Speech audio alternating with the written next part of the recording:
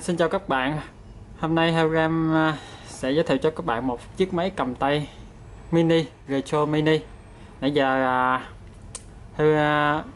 mình đã chơi thử chiếc cầm tay này và mình sẽ giới thiệu cho các bạn về chiếc máy sản phẩm này nãy giờ mình đang chơi. Đây, rất là nhỏ gọn. Bây giờ mình sẽ unbox cho các bạn xem ha. Đây là chiếc Retro Mini. Ngoài hộp rất là cứng cáp.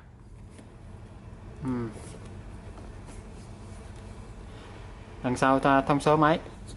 Thì chiếc Retro Mini nó sẽ hỗ trợ nhà chơi Game Boy, Game Boy Advance, Game Boy Color, SNES, NES và nhiều thể loại khác. Và nó hỗ trợ cho 26 ngôn ngữ. Đây.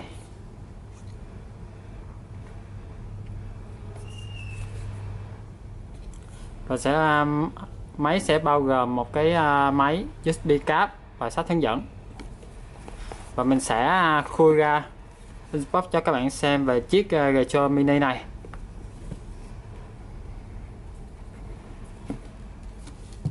Wow, hộp nhỏ gọn, máy cũng nhỏ gọn, rất là nhỏ gọn, nhỏ xíu à. Ok. Và trong hộp thì sẽ có một cái cổng cáp USB ra sạc, micro USB và một cái tờ giấy hướng dẫn.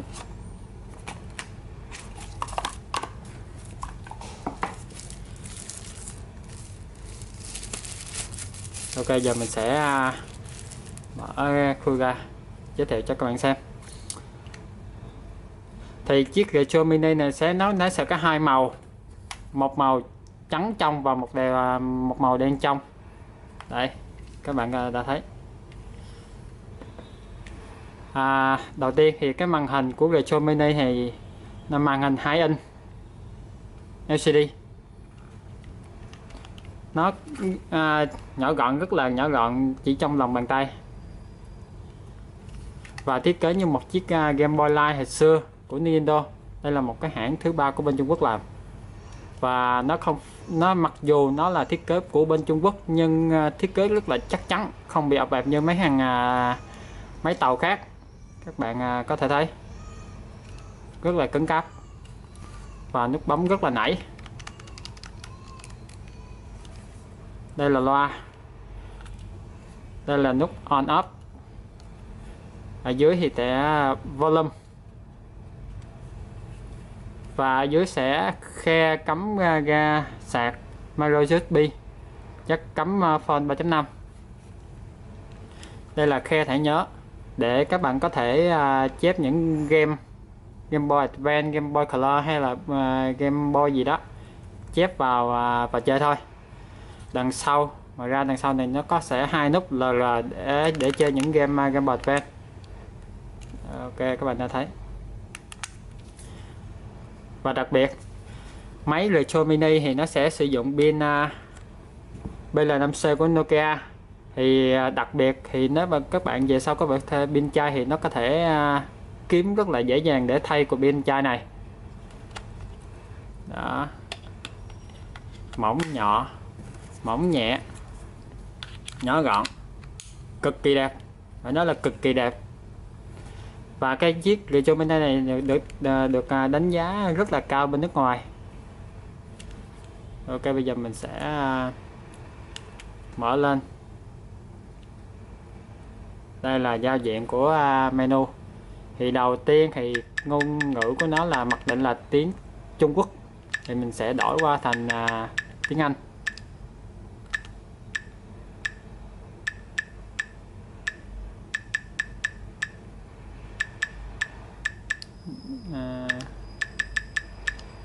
Ở đâu mình đã quên mất tiêu cái tiếng Anh đó rồi. Đây, English, ngôn ngữ English, đổi qua.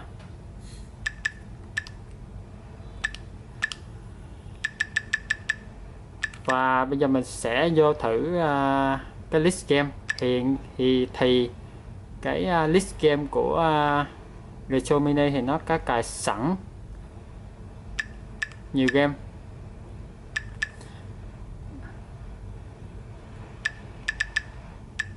Đây, game Pokemon, cái game gì Harvest Moon hay phải, Mustang Lux, Mario Kart, Game Boy Advance, Mario, rất là nhiều game hay, đa số là tổng hợp những cái game hay. Và cái bản màu trắng thì hình như là cái bản mới 2018 của năm nay thì nó sản xuất mới và nó chỉ có 36 game thôi. Còn riêng cái bản màu đen này đây thì là bản cũ thì nó sẽ tích hợp 40 game lận.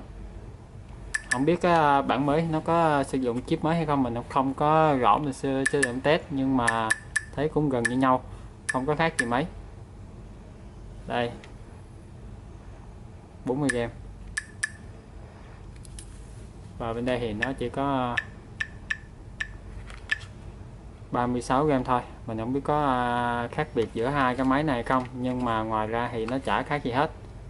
Có thể là sử dụng cái năm 2018 thì nó sử dụng chip mới hay gì đó, nó giảm cái game xuống, nhưng mà không có lo thì mình có thể sử dụng cái thẻ nhớ này thì mình có thể chép game rất là nhiều vào chơi. Ok, thì mình sẽ chơi thử một vài game cho các bạn xem ha. Mustang Lux, Mario Kart. Đây, tôi sử Mario Kart.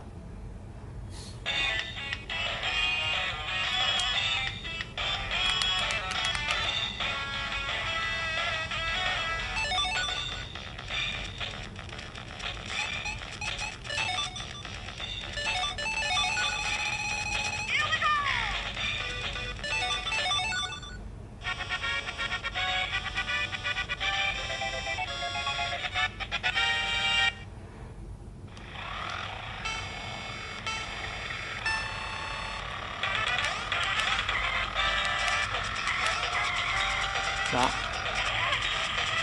rất là ngon lành, mượt mà. Mặc dù có hơi độ trễ một chút xíu nhưng mà không có đáng lo ngại. Đây mình tăng cái volume lên maximum.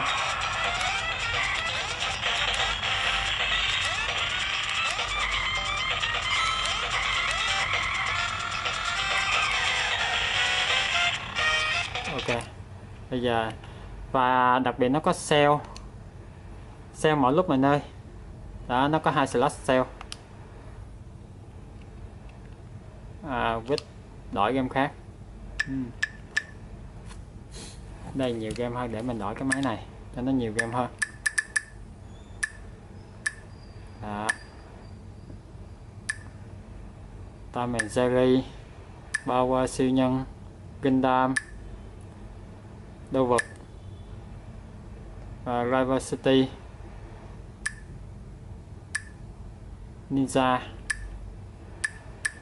Ok, rất là nhiều game hay mà nhà sản xuất đã cài sẵn trong cái máy này. Mặc dù hay anh nhưng mà cái cảm giác những ai mà mắt tốt thì có thể chơi vừa và có thể bỏ túi.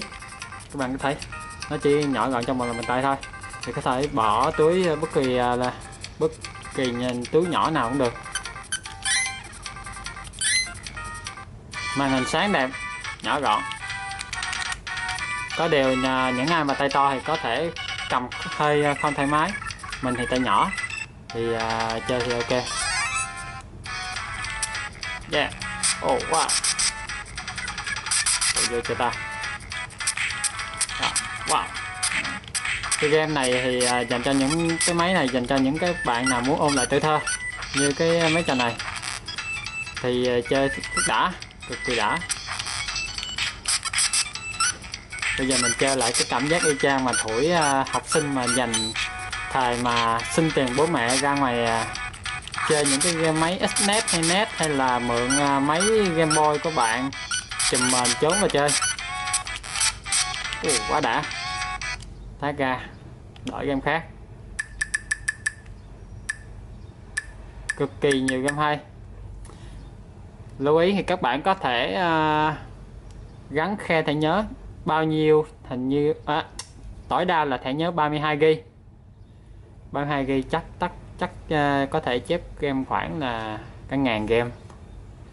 Tại vì dung lượng của những cái Game Boy thì nó rất là nhỏ, chỉ có vài mê thôi.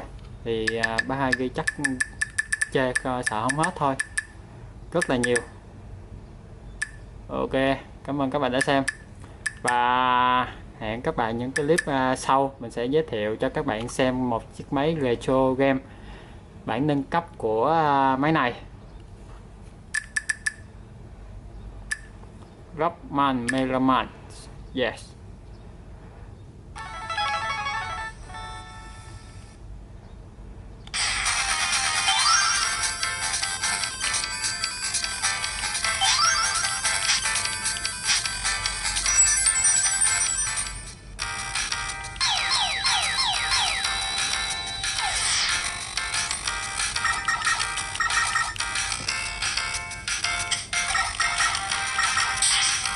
Yeah.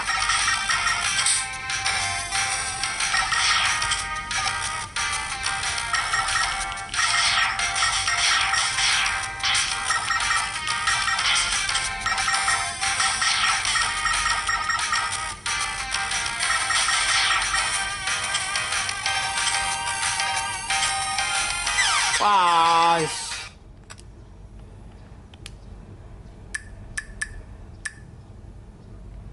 Crash Bandicoot Content không.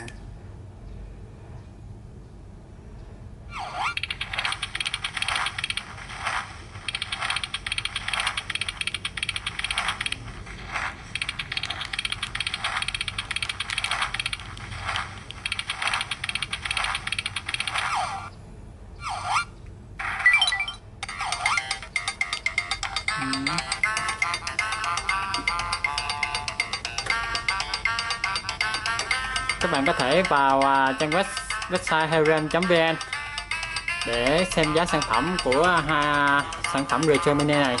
Xin chào và tạm biệt các bạn.